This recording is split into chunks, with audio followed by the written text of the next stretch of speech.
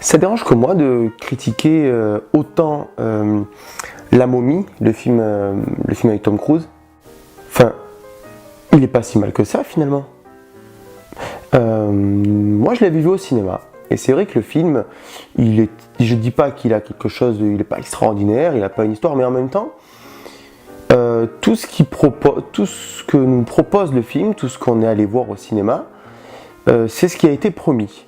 Moi j'ai revu le film avec un ami qui est venu ici, qui a dormi ici, et on s'est maté La Momie, il l'avait pas vu. Bon, donc c'est pas un ami qui est forcément fan de Tom Cruise et qui va dire que tout ce que fait Tom Cruise c'est super, hein, attention. On a regardé La Momie, donc je l'ai vu une seconde fois.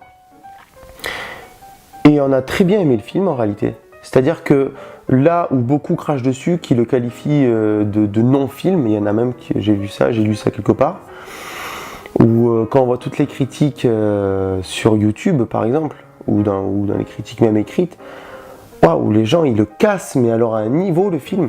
Quand le film est sorti, enfin pendant la promo du film, on nous a promis un film avec de l'humour, on nous a promis un film avec de l'horreur, et on nous a promis un film avec de l'action.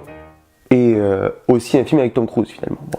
Donc il y a de l'humour qui est plutôt bien dosé. Enfin, elle est dosée normale en fait. Hein. Quand on voit les productions Marvel par exemple d'aujourd'hui, c'est un exemple que je cite souvent, mais c'est limite devenu les standards maintenant des films d'aujourd'hui, c'est les productions Marvel, j'ai l'impression.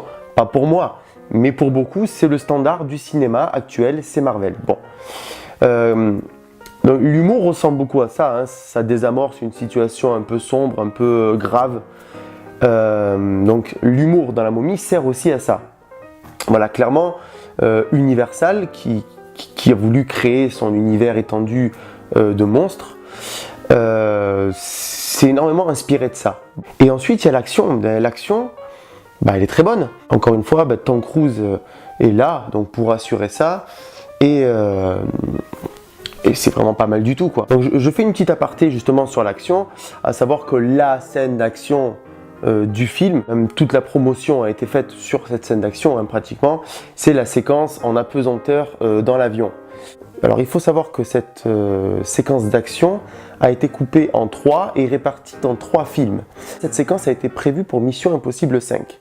Elle a été coupée en 3 parties.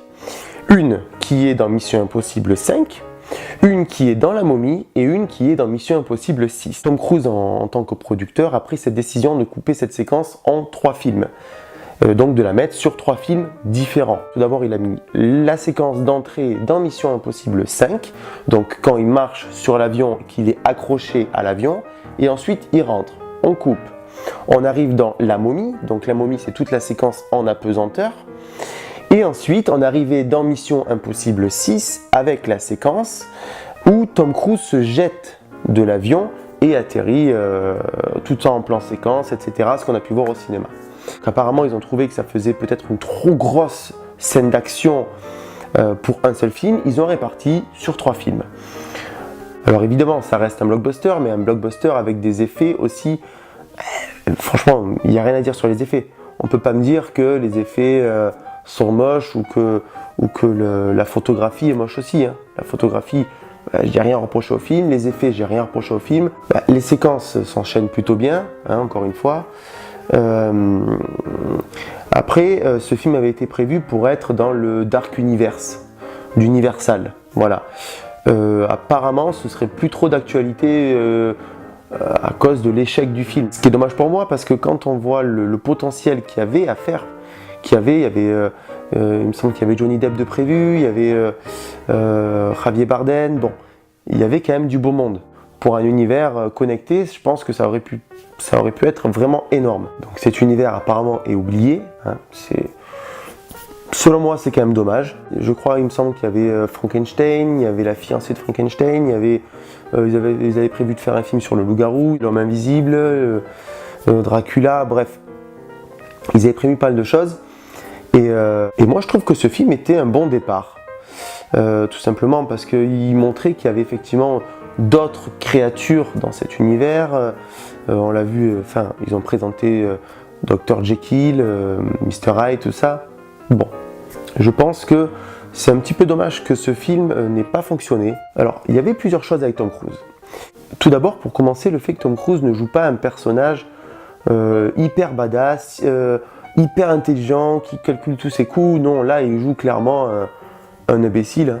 Il joue un imbécile, et pour une fois, ça le changeait un petit peu de ses rôles de Mission Impossible, où c'est vrai qu'on a, en ce moment, on a plutôt l'impression de le voir seulement dans des rôles de Ethan Hunt.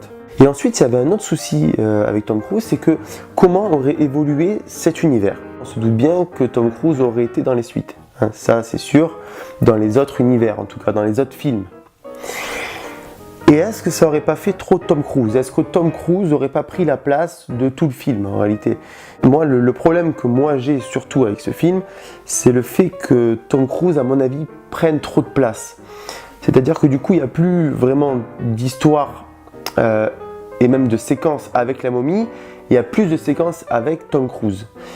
Et c'est ça qui pouvait me déranger un petit peu en voyant le film, finalement. Alors encore une fois, je ne suis pas là pour qu'on dise oui, Tom Cruise il est nul, il est scientologue, etc. etc. Ça c'est un autre problème. C'est pas forcément quelque chose qui m'intéresse quand je vais voir un film. Voilà, clairement pas. C'est comme quand j'écoute Michael Jackson, je me dis pas ah il a eu pas mal de soucis avec les enfants, etc. Bon, on écoute Michael Jackson parce qu'on aime Michael Jackson. Alors encore une fois, j'irai voir un film avec un tueur en série dedans, je dis pas, hein, j'irai pas le voir. On est d'accord. Dites-moi, vous, ce que vous pensez de ce film, en quoi il est bien, en quoi vous l'avez aimé, en quoi vous ne l'avez pas aimé. Moi, mon avis sur le film, c'est qu'il n'est pas si mal que ça. Je ne dis pas que c'est le film de l'année, mais encore une fois, il propose quelque chose d'intéressant. De bons effets spéciaux, il y a de l'humour, il y a de l'action comme Tom Cruise sait le faire, il y a une très belle photographie, il y a une histoire plutôt banale, hein, on va pas se mentir. Et il y a un petit peu d'horreur, des couches un petit peu d'horreur, des jumpscares, tout ça.